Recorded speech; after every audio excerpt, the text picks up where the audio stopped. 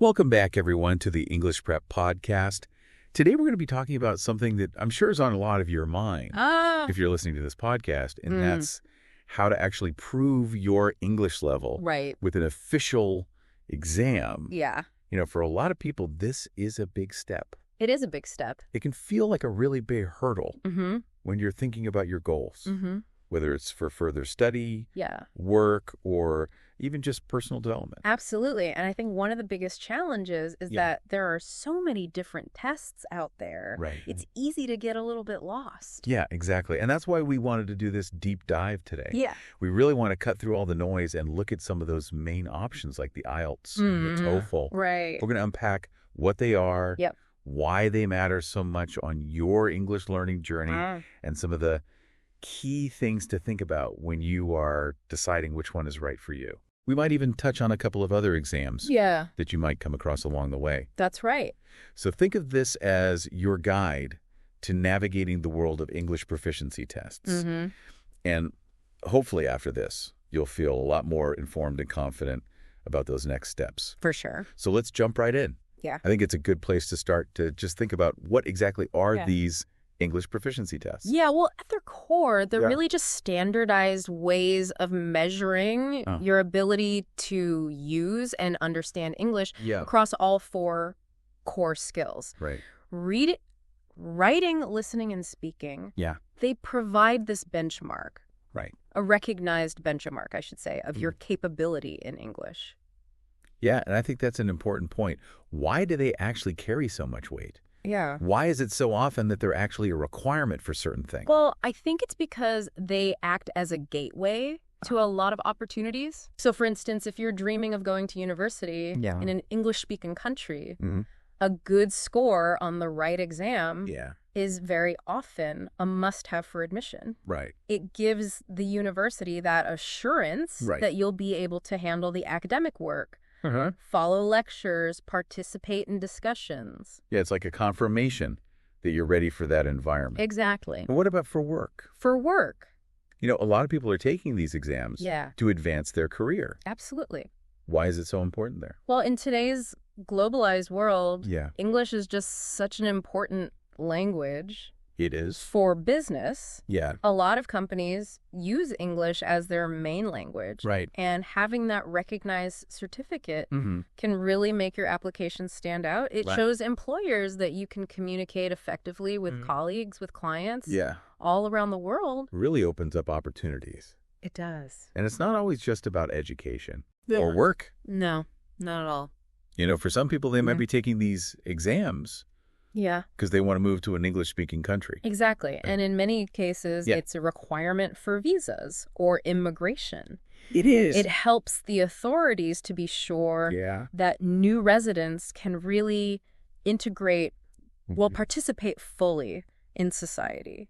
Yeah, and I can imagine that beyond all of those practical reasons, there must be a real sense of achievement as well. Absolutely. When you get a good score. Yeah, getting a good score on one of these exams, it can be a huge confidence booster. It can, yeah. It shows you that all that hard work has paid off. Exactly. And it can really motivate you to keep learning and improving your English. So it sounds like the first step really is figuring out which exam aligns best with your individual goals. So let's start by taking a closer look at one of the big ones, the IELTS. Okay. The International English Language Testing System. Yes. Hugely popular around the world, isn't it? It is one of the most popular ones. Yeah. And I think one of the first things to understand about IELTS is that it actually comes in 2 main versions. Okay. You have the academic version and the general training version, okay, as you might guess. Yeah. The academic version is aimed at people who want to study at university or other higher education institutions. Right. The general training version, on the other hand, is more for people who need it for work or immigration purposes. Okay, so choosing the right one is important. Yeah, absolutely. That distinction between academic and general training is really important. Yeah. So what about when you actually take the IELTS exam? Okay. What can you expect? What's the format like?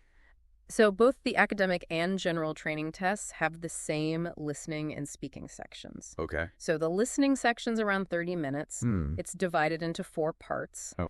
The reading and writing sections are each an hour long. Okay. But as you can imagine, the types of texts that you read and the writing tasks will be different depending on whether you're taking the academic or the general training. Makes sense.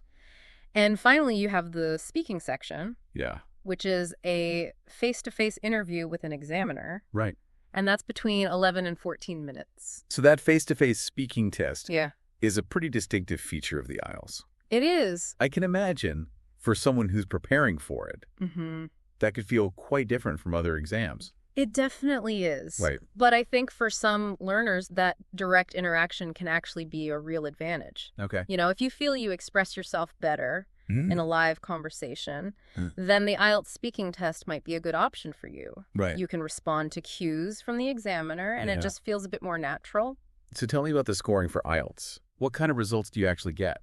So IELTS uses what's called a band score system for each of the 4 parts: listening, reading, writing, and speaking. Yeah. You receive a score from 0 to 9. Okay. And then your overall band score is the average of those 4 individual scores. Right. So it's important to do well on all of them. It is, yeah. Are there any kind of benchmarks? Yeah. So it's worth knowing that many top universities often require an overall band score of 7 or higher, with no individual band below 6.5. So those requirements can be quite specific then? They can be, yeah. Depending on where you want to go? Absolutely. Okay, well, that's really helpful information about IELTS. Let's move on and talk about another really big exam. Okay. The TOEFL. Yeah. The test of English as a foreign language. Yes. Now, this is a test that's really well known in the United States, isn't it? Yeah, it's got very wide recognition with universities and other institutions in the U.S. Right. But it's important to remember that it's also accepted by a lot of places. Yeah. In other countries as well. Right, so it's not limited to the U.S. Not at all. No. It's a globally recognized test. And unlike the IELTS, my understanding is that TOEFL is completely computer-based. That's right.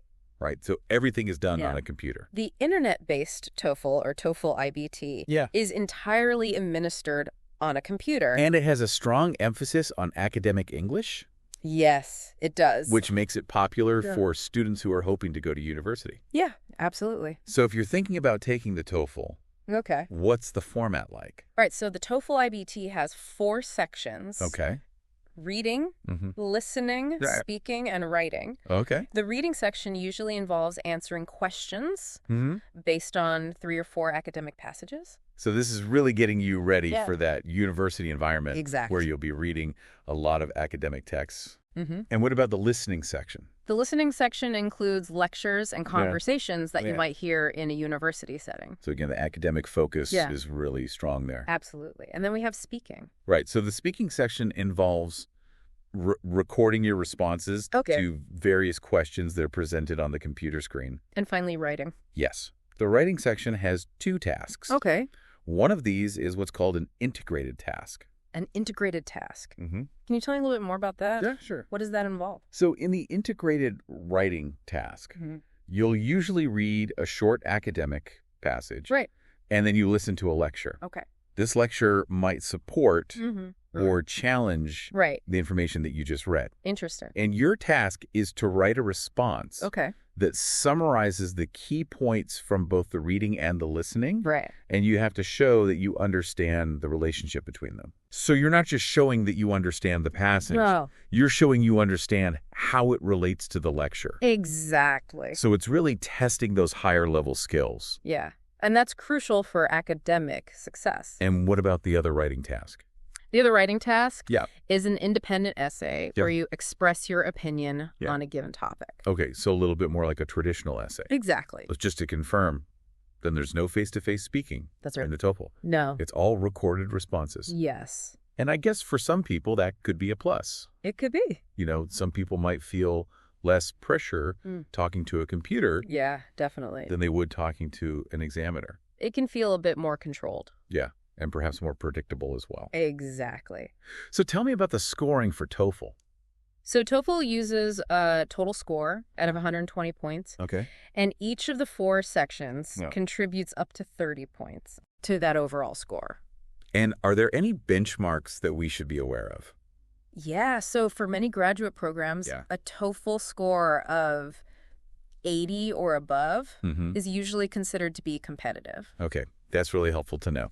So we've looked at the IELTS, we've looked at the TOEFL, and we've seen there are some pretty significant differences. Absolutely. Especially in that speaking section. Yeah. And the emphasis on academic English. Yes. Now, you mentioned earlier that there are other notable exams out there. Yeah. So could you tell us a little bit about some of those? Sure. So while IELTS and TOEFL are the most well-known, there are other good options as well. Okay. So you have, for example, the Cambridge English exams, like the FCE, the first certificate in English, and the CAE, the certificate in advanced English. Okay. These are highly respected, and one of the big advantages of them is that the certificate doesn't expire. Oh, wow. So once you've passed... You have that qualification for life. That's a big plus. It is, yeah. And these exams, they focus on building a really solid understanding of English. Yes. There are a variety of purposes. So if you're looking for long-term certification of your general English ability, then the Cambridge exams might be a good option. Absolutely. And what about PTE, academic? I've heard that name mentioned a few times. Yeah, it's becoming more and more popular, especially for university admissions. Right. And one of the things that people like about it is that it often provides results really quickly. Oh, right. It uses AI-powered scoring. Okay, so it's quite technologically advanced. Yes, it is. So there really are a lot of options out there. Yeah. And it really seems to come down to individual priorities and circumstances. Absolutely. So what are the key questions that our listeners should be asking themselves to figure out which exam is right for them?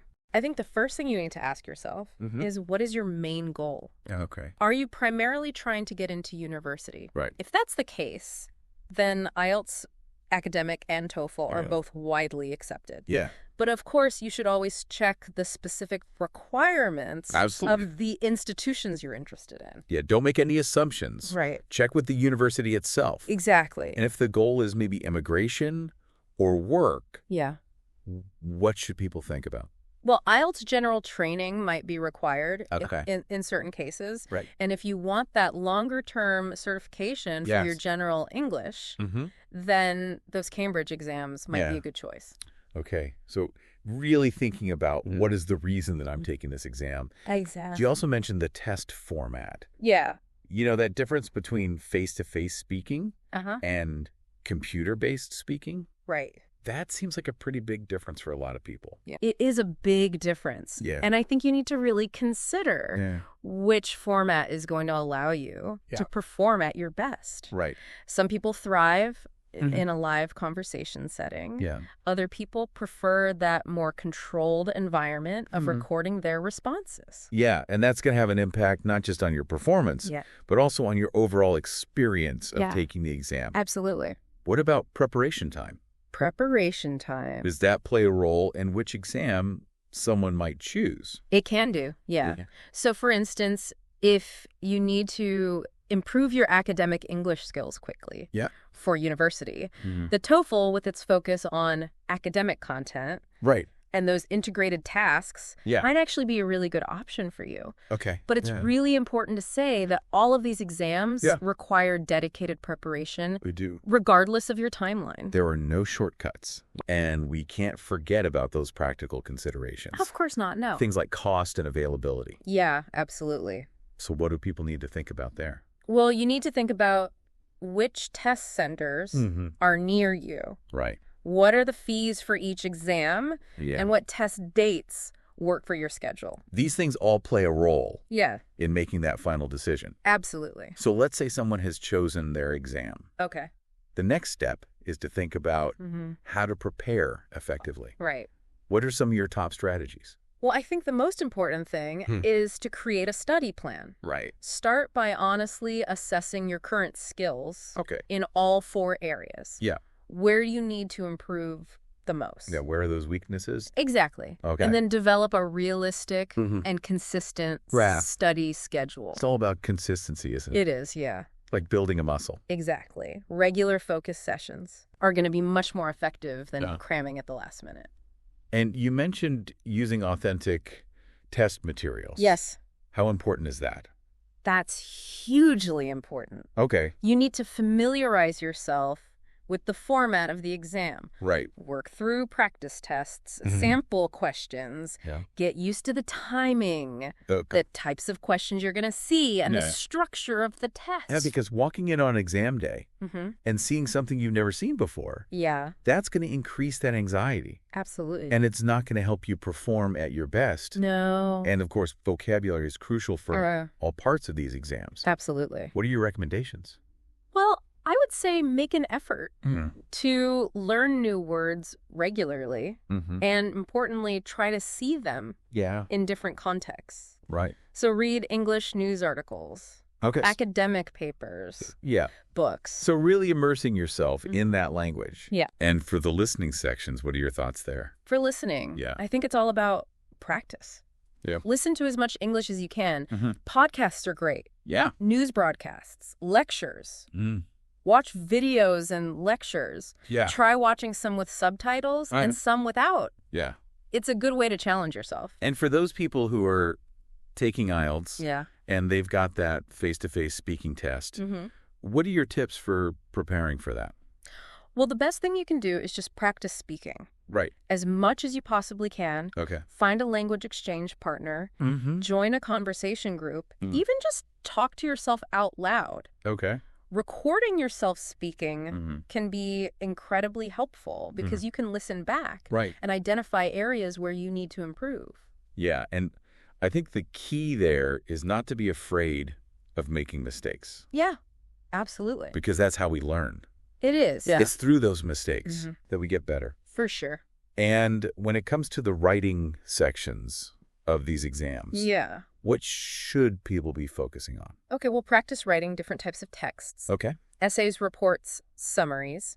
Pay attention to your grammar, your punctuation, sentence structure. Those fundamental elements of writing. Exactly. Okay. And it can also be helpful to look at sample answers to see what the examiners are looking for. So you can get a feel for that style and the level of formality that's expected. Yeah. Finally, any tips for the actual exam day?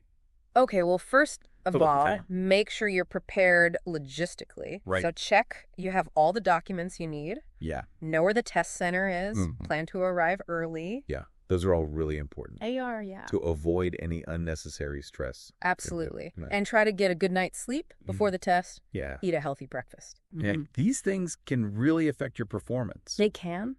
And during the exam itself, try to stay calm, focus, and manage your time carefully within each section. So just stay as relaxed as possible. Yeah, as relaxed as you can. Given the circumstances. Exactly. And if someone is feeling overwhelmed by the preparation process, is it okay to seek out additional support? Absolutely. Right. You could think about enrolling in a prep course or working with a tutor. Yeah. They can give you personalized feedback and help you to work on your weaknesses. Right. And identify those strengths. Exactly. Those are all really, really valuable pieces of advice. Any final thoughts for our listeners? I would say stay motivated. Okay. And remember why you're doing this. Yeah. Set realistic goals for yourself and celebrate your progress along the way. Yeah. Remember that consistency is key. And if you can connect with other learners. Study groups can be really helpful. They can, for support and accountability. Right, because you're all going through it together. Exactly. And don't forget to take breaks. Yeah. Avoid burnout. Absolutely. Right. There are loads of great resources available online. There are, So make use of those as well. Websites, apps, forums. All sorts of things. So we really hope that this deep dive is giving you, our listeners, a clearer understanding of these English proficiency exams, how to approach them, and how to choose the right one for you. Absolutely. Remember, choosing the right exam and preparing effectively are those crucial steps towards achieving your English language goals. For sure. So think about what your reason is for taking this exam. What is it that you're hoping to achieve? Right. How do you feel about a face-to-face speaking test? Yeah. Does that excite you? Does it worry you? Yeah. Really considering those personal preferences alongside the requirements of the places where you want to go, that's really going to help you to make that best choice. For sure. And we encourage you to go and explore the specific formats and resources that are available for each exam. Absolutely. Because understanding the details is really empowering. It is. And one final thought. Okay. Think about your individual learning style. You know, are you someone who learns best by speaking and discussing, or by reading and analyzing, or by listening and processing information? Right. Because that could really influence which exam format is going to suit you best. Absolutely. So reflecting on your own strengths as a learner, that could be the most valuable insight of all. It could be, Thank you for joining us today. Thanks for having me. On the English Prep Podcast for this deep dive into English proficiency exams. We'll be back soon with more insights and guidance to help you on your English language learning journey. Sounds good. Until then, take care. all the best with your English. Yep. Bye. Bye.